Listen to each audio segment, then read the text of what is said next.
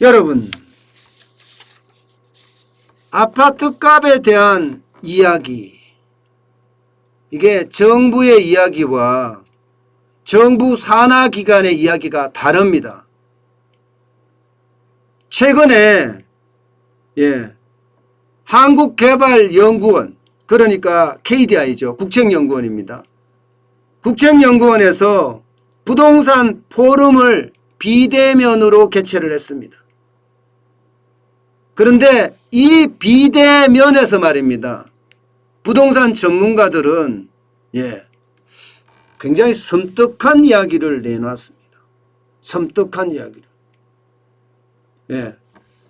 R114라는 부동산 업체, 부동산 114라고도 알려져 있는 부동산 업체의 윤지혜 수석연구원은요, 2, 3년 뒤 주택 공급이 이루어진 뒤에야 조정될 가능성이 있다, 이렇게 평가를 했어요. 와, 2, 3년 뒤 주택 공급이 이루어진 뒤에야 조정될 가능성이 있다. 굉장히 무서운 이야기죠. 이 이야기를 두고 말입니다, KDI가 개최한 포럼이었기 때문에 KDI가 그거는 윤지혜 수석연구원의 이야기야, 우리 이야기가 아니야, 이렇게 부정하지 않았습니다. 이렇게 부정하지 않았어요. 그러면서 KDI 관계자가 어떤 표현을 썼나 하면요, 가격 상승폭은 지금보다 축소되겠지만 상승세는 최장 3년간 계속될 거라는 게 포럼의 결론이었다, 이렇게 말을 했습니다. 결국 KDI도 인정을 했다는 이야기예요.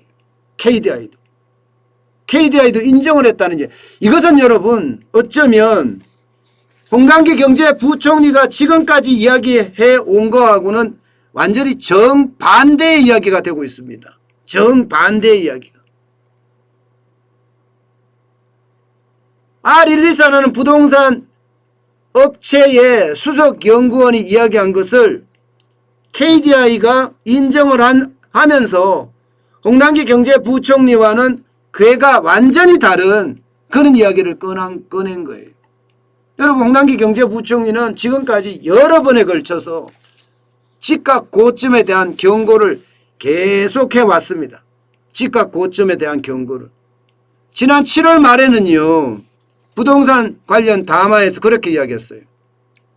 집값이 하락한다면 시장 예측보다 좀 더 큰 폭으로 나타날 수 있다, 이렇게까지 이야기했거든요. 이렇게까지 이야기한 걸 보면 지금 정부 내에서도 사실상 이견이라고 봐야 되는 거죠. 결국은 홍남기 경제부총리는 립서비스로 국민을 우롱한 거예요. 이게 경제 지도자잖아요. 경제 지도자들의 한마디 한마디는 경제에 엄청난 영향을 미칩니다. 그래서 일반적으로 구두 개입이라고 또 이야기해요. 구두 개입. 구두, 입이란 뜻입니다. 구두 개입, 시장에 개입한다는 뜻이에요. 구두 개입이라는 표현을 쓰거든요. 그래서 웬만하면 이게 실제 지표하고 시장하고 다를 때, 이럴 때 이제 구두 개입을 할 수 있는 거거든요. 구두 개입도 함부로 해서는 안 됩니다. 근거 없는 구두 개입은 그거는 정치예요. 정치. 저는 홍남기 경제부총리가 정치를 했다고 생각하는 거예요. 경제에서 정치를 하면 절대로 안 되잖아요. 경제에서 정치를 하면 경제가 정치화돼서 그냥 막 뿌립니다. 돈 막 뿌려요. 지금 그런 현상이 일어났다는 이야기입니다. 그런데 여러분, 이 집값 하락에 대한, 집값 상승에 대한 이야기는 지금 부동산 114의 윤지혜 수석연구원만 이야기하는 게 아니에요. 그날 포럼에 이창무 한양대 도시공학과 교수도 참석을 했는데 이분도 똑같은 이야기를 했습니다. 유태원 해제 등 신규 아파트 공급이 급감해서 집값이 올랐다. 결국 공급 부족으로 집값이 올랐다, 이런 표현을 썼습니다. 그런데 여기서 말입니다. 제일 중요한 이야기는 공급이 급감했어요. 공급이 급감해서. 공급이 급감해서 집값이 올랐다는 이야기는 결국 앞으로 공급이 제대로 뒤따라 줘야지만이 집값이 오른다는 이야기잖아요. 심지어 말입니다. 이창무 교수는 더 구체적으로 이야기했습니다. 2014년을 전후해서 박원순 서울시장은 서울시 정비사업에 대한 출구 전략으로 393개 구역을 해제했고 26만 채의 물량을 축소했다. 이렇게 구체적으로 이야기합니다. 그래서 주택 공급이 이루어지지 못했고 많은 사람들이 전세 난민이 돼서 수도권으로 쫓겨나서 통금 비용이 연간 5천억 원이 지금 들어가고 있다. 이렇게 아주 구체적이고 적나라하게 짚었습니다. 결국 말입니다. 홍남기 경제부총리가 고점론 이야기한 건 완전히 거짓말이 되는 거고 윤지혜 연구원이나 이창무 교수가 이야기하는 것처럼 공급이 부족해서 일어났다는 것. 근데 문제는 2, 3년 더 간다는 것. 이것은 어쩌면 충격일 수도 있습니다. 충격일 수도. 게다가 말입니다. 게다가 이 세금에 대한 문제도 끄집어냈는데요. 세금이 너무 비싸서 세금이 폭탄이라서 지금 많은 사람들이 시장에 매물을 못 내놓고 있다. 이것도 공급을 감소시키는 요인이다. 이렇게까지 이야기했습니다. 양도세나 취득세가 워낙 높기 때문에 1주택자도 갈아타기가 어렵다.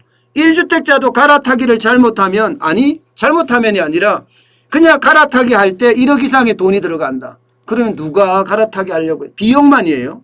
비용만 1억 이상 들어간다는 거예요. 세금하고 비용만 말입니다. 그러면 누가 갈아타기를 하겠어요? 갈아타기 안 하죠. 양도소득세가 엄청 올라갔잖아요. 여러분도 알다시피 양도소득세 이게 기본세율이 4에서 6%예요. 4에서 6%. 4%. 제가 갑자기 헷갈리는데요. 6%에서 45%겠네요.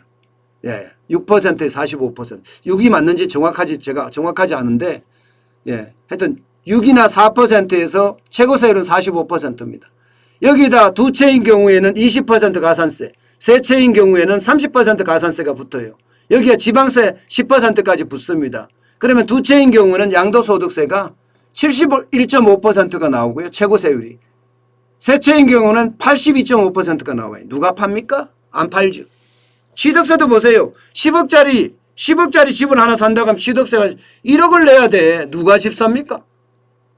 누가 집 사냐고요. 이게 여러분 시장을 완전히 분탕질을 만들어 놓고 지금 정부는 어디 가고 없습니다. 그러니 집값은 계속 올라간다. 이런 얘기가 되는 겁니다. 그런데 말입니다. 여러분 여기서 우리가 중요하게 생각해야 될 부분이 하나 있습니다. 부동산 시장만 놓고 봤을 때는 이 공급에 대한 부족이나 세금 폭탁에 대한 어떤 악재 때문에 시장에 공급이 안 돼서 부동산 가격이 2, 3년 동안 더 올라간다고 이야기하지만 그 외에 부동산 외적인 요소까지 감안을 하면 이게 어떻게 될지 짐작하기가 쉽지 않습니다. 왜냐하면 미국의 테이퍼링이나 금리 인상, 우리의 금리 인상, 여기다가 중국발 헝다그룹의 공포, 코로나19에 대한 지금 4차 대유행에서 5차 대유행으로 가려고 하는 것들 이런 것까지 다 생각을 하면 지금 부동산 시장은요 참 가늠하기가 굉장히 어려워요. 가늠하기가. 분명한 것은 나중엔 떨어진다예요. 공급이 되면 떨어진다. 이거는 분명해요. 공급이 되면 떨어진다. 이거는 분명한데 이게 언제 떨어진다가 폭발적으로 떨어질란지 그렇지 않고 연착륙에서 연착륙으로 갈란지 이거는 누구든 알 수가 없어요. 지금 현재 분위기를 봐서는요. 워낙 시장에 돈을 많이 풀었기 때문에 게다가 공급이 제대로 일어나지 않기 때문에 금리 인상에 대한 충격 충분히 저는 있을 수 있다고 생각을 해요. 대한민국의 금리 인상뿐만 아니기 때문입니다. 이게 미국의 어떤 테이퍼링과 또 금리 인상까지 겹쳤을 때 그때 다가오는 충격은 부동산 시장에 어떤 다른 상황을 연출할 수도 있을 겁니다. 다른 상황. 제가 뭐 급락할지 폭락할지 완전히 짐작할 수는 없지만 분명히 공포는 다가오고 있다. 이것은 분명해 보입니다. 공포는 다가오고 있다.